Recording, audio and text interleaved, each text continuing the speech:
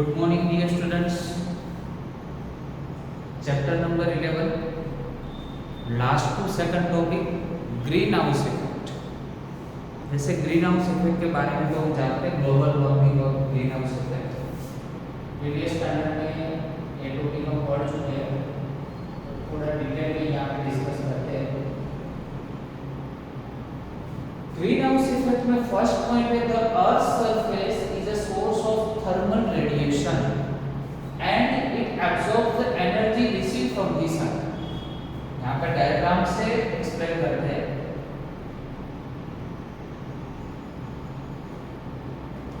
ये अर्थ का सरफेस यहाँ पे पहले ड्रॉ करते हैं। अर्थ है और यहाँ पे सन। सन is an ultimate source of energy.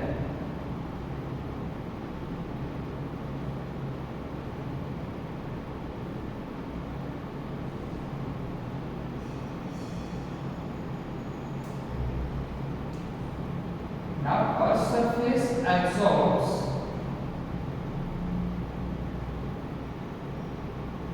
the heat from the sun. So thermal radiation it absorbs the energy. यहाँ से मतलब जो एनर्जी है वो अर्थ सरफेस क्या करती है, इसको एब्सॉर्ब करती है। इसमें नीचे absorbed by the earth surface. The wavelength of this radiation lies in the long wavelength infrared region. सन में से जो भी एनर्जी आती है उसमें बहुत सारे रेज होते हैं, बहुत सारे वेव्स होते हैं। इंफ्रारेड होते हैं, यूवी रेज, अल्ट्रावायलेट रेज होते हैं, माइक्रोवेव्स होते हैं। बट उसकी वेवलेंथ जो देखो तो बहुत ही लॉन्ग वेवलेंथ होती है। मतलब ये वेवलेंथ जो होती है रेडिएशन, ये जो रेडिएशन यहाँ पे आ रहा है उसकी जो वेवलेंथ है बहुत ही लॉन्ग रीजन की होती है। लॉन्ग रीजन की वेवलेंथ है इंफ्रारेड रीजन जिसको बोला जाता है। स्टैंडर्ड 12 में चैप्टर नंबर 8 में डिटेल में पढ़ेंगे इंफ्रारेड के बारे में। यहाँ पे जस्ट अभी हमें याद रखना पड़ेगा कि जो रेडिएशन है उसकी वेवलेंथ बहुत ही long.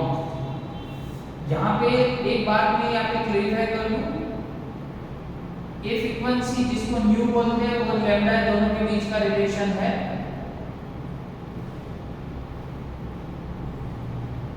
Mu is equal to c by lambda.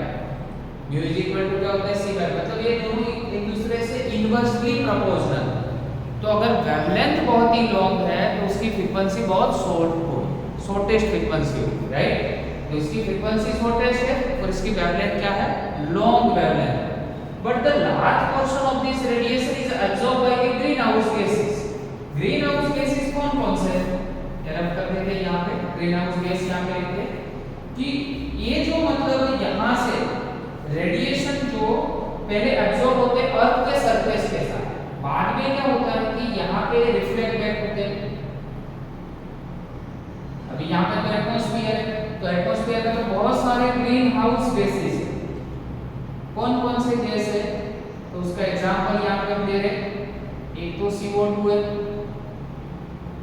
CH4 है मीथेन, क्लोरोफ्लोरोकार्बन है, क्लोरोफ्लोरोकार्बन जिसको हम बोलते हैं, ओजोन है। ये सारे ग्रीन हाउस गैसेस हैं। तो ये रेडिएशन यहाँ से जो रिफ्लेक्ट बैक होते हैं, ये सारे जो गैसेस है वो क्या कर लेते हैं, इस रेडिएशन को एब्सॉर्ब कर लेते हैं। इसीलिए तो क्या होता है कि ये गैस ये CO2 CH4 यहाँ पे जो एटमॉस्फेयर में, तो उसने ये रेडिएशन एब्सॉर्ब कर लिया। एब्सॉर्ब किया इसलिए ये जो अर्थ का टेम्परेचर है वो वार्म रहता है पूरा, ठीक है। मतलब टेम्परेचर पूरा मेंटेन रहता है। ये पूरी सिस्टम है नेचुरल फिनोमेनन, इसमें हम कुछ नहीं कर सकते, राइट। और अगर अच्छे से चलती, अगर ये साइकिल अच्छे से चलती तो कोई हमारे ग्लोबल वार्मिंग की कोई इश्यू ही नहीं आता। बट अभी क्या हो रहा है, अभी हम जैसे केमिकल फैक्ट्रीज है, इंडस्ट्रीज है, तो उसमें से बहुत सारे CO2 मीथेन ये सारे गैसेस हम क्या कर रहे हैं, जनरेट कर रहे हैं। तो एक्चुअल में क्या हो रहा है, ये सारे जो गैसेस है उसका कंसंट्रेशन जो है वो बढ़ रहा है, ठीक है। उसका वॉल्यूम है वो बढ़ रहा है। अभी वॉल्यूम बढ़ रहा है, दैट मींस क्या होगा, वहां से ज्यादा ये रेडिएशन एब्सॉर्ब करेगा। जितना ज्यादा रेडिएशन एब्सॉर्ब होगा उतना एटमॉस्फेयर ज्यादा गर्म होगा और हमें गर्मी ज्यादा लगेगी। देखो समर की सीजन में बिना एसी के हम नहीं रह सकते अभी, क्योंकि हमें बहुत ही गर्मी लग रही। तो उसके पीछे रीजन क्या है? तो concentration of this gases are rapidly increases. अब ये इंक्रीज हो रहा है, राइट? तो ये जो इंक्रीज हो रहा है इसकी वजह से हम क्या कर रहे हैं कि यहाँ पे कंसंट्रेशन बढ़ रहा है और जो ये ग्रीन हाउस इफेक्ट है वो अर्थ पे इंक्रीज हो रहा है, राइट? चलो नेक्स्ट है हमारे पास this heats up the atmosphere. देखो ये क्या करता है, ये सब गैस सब एब्जॉर्ब करते हैं तो एटमॉस्फेयर क्या होता है, हीट्स अप होता है, which in turns give more energy to the earth and resulting the warmer surface. मतलब ये फिर से जब ये सारे गैसेस ये सब जब एब्जॉर्ब कर लेंगे तो फिर से अपनी जो एनर्जी है किसको देते हैं, वापस अर्थ को देते हैं। जैसे अर्थ का एटमॉस्फेयर क्या रहता है, वार्म रहता है, जैसे मैंने आपको बता दिया। This increases the intensity of radiation from the surface। मतलब यहाँ से इतनी इंटेंसिटी अभी क्या होगी, ज्यादा होने लगेगी, ठीक है? And the cycle of processes described above is repeated। ऐसे साइकिल मतलब क्या होती है, रिपीट एंड रिपीट। मतलब यहाँ से एनर्जी पहले नीचे की साइड आएगी, फिर से रिफ्लेक्ट बैक होगा। ये सारे जो ग्रीन हाउस गैसेस है वो रेडिएशन को एब्जॉर्ब करेंगे और एब्जॉर्ब करने के बाद फिर से वो अर्थ के एटमॉस्फेयर में, यहाँ पे जैसे हमने बोला कि resulting in warmer surface and the intensity of radiation from the surface. तो धीरे धीरे मतलब ये जब नीचे की साइड आ गए तो यहाँ पे ओवरऑल इंटेंसिटी, सरफेस पे ओवरऑल जो इंटेंसिटी होगी वो क्या होगी, इंक्रीज होगी, ठीक है? So the net result is heating up.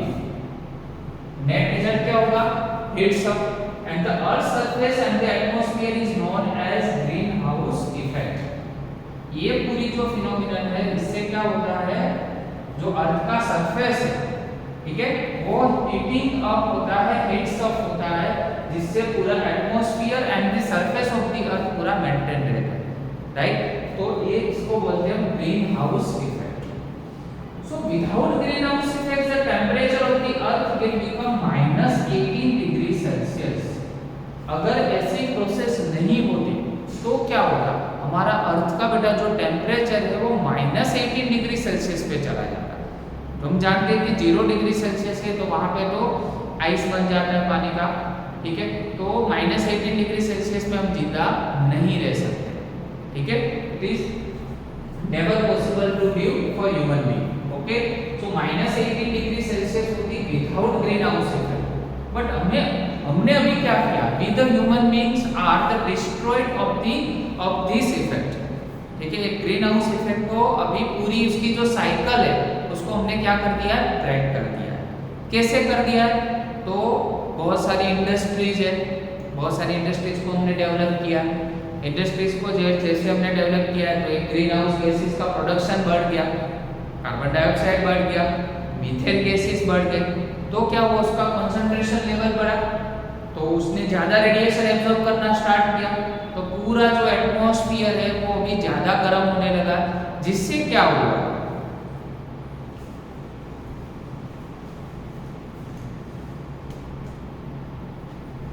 ये सब होने की वजह से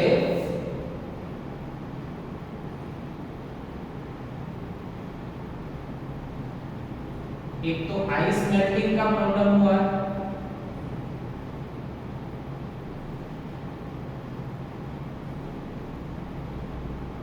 सी लेवल इंक्रीज हुआ,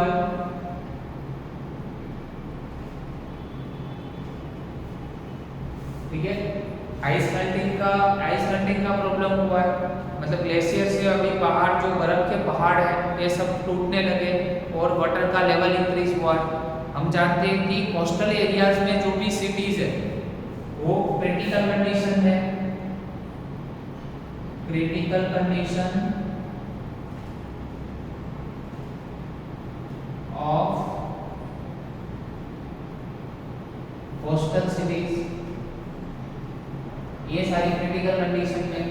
तो ओवरऑल जो है इफेक्ट, वो कौन सी इफेक्ट है जिससे ये सारा प्रॉब्लम हुआ है? तो ये जो इफेक्ट है जिसको हम क्या बोलते हैं, ग्लोबल वार्मिंग। ग्लोबल वार्मिंग, ये सब ग्लोबल वार्मिंग वार्मिंग की वजह से हुआ है, जो ग्रीन हाउस गैसेस की क्वांटिटी कंसंट्रेशन क्या हुआ है, इंक्रीज हुआ है, उससे हुआ है।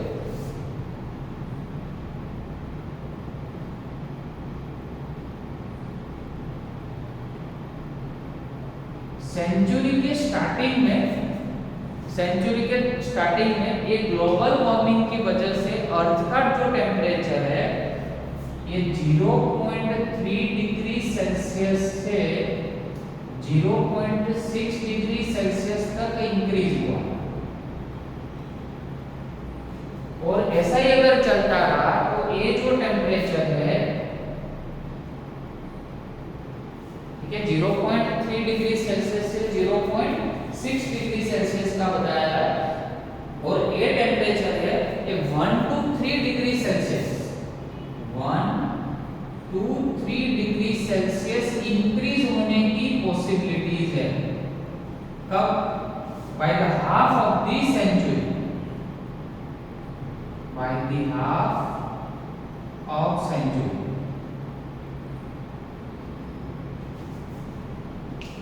इनिशियल में कितना था? सेंचुरी की जब स्टार्टिंग हुई, मतलब 2001 से अगर जो देखें तो स्टार्टिंग हुई था, तो ये रिकॉर्ड है, ठीक है।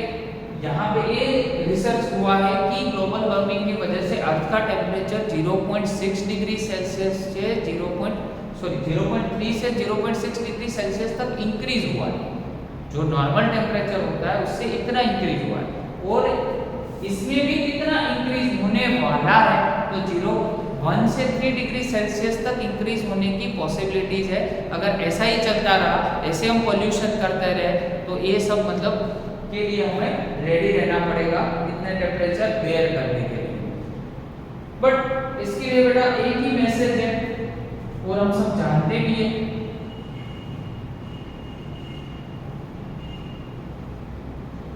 अगर ये ग्लोबल वार्मिंग जो है, ठीक है, उससे हमें थोड़ा भी बचना है तो क्या करना पड़ेगा?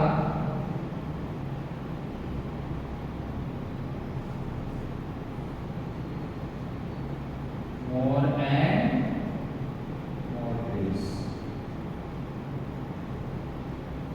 Grow more and more trees.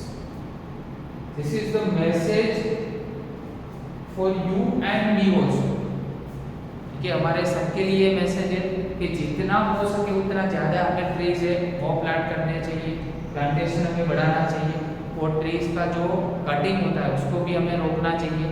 तो इससे क्या होगा कि जो है ये पूरा अर्थ का जो टेम्परेचर है वो मेंटेन रह पाएगा, और जो ग्रीन हाउस इफेक्ट्स की जो साइकिल है उसको हम ब्रेक नहीं कर पाएंगे, और ग्लोबल वार्मिंग से बच जाएंगे। Okay, thank you very much.